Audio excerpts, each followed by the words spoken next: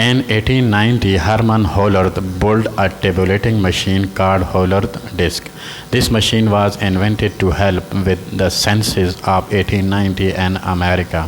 Hollerith disk consisted of a card reader which sensed the holes in the cards, a gear-driven mechanism which could count, and a large set of dial indicators to display the results.